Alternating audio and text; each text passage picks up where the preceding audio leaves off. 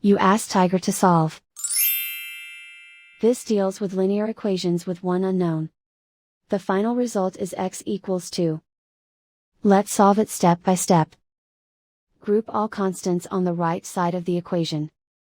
Subtract 1 over 2 from both sides. Combine the fractions. Combine the numerators. Reduce the zero numerator.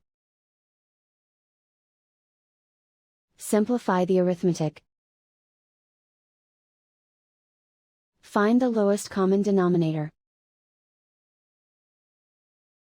Multiply the denominators.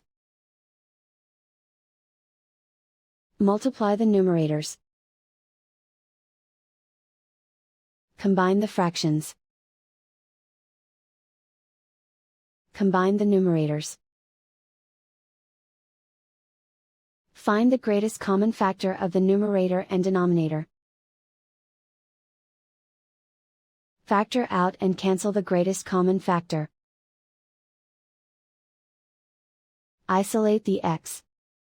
Multiply both sides by 3. Group like terms. Multiply the coefficients. Simplify the fraction. Multiply the fractions. Simplify the arithmetic.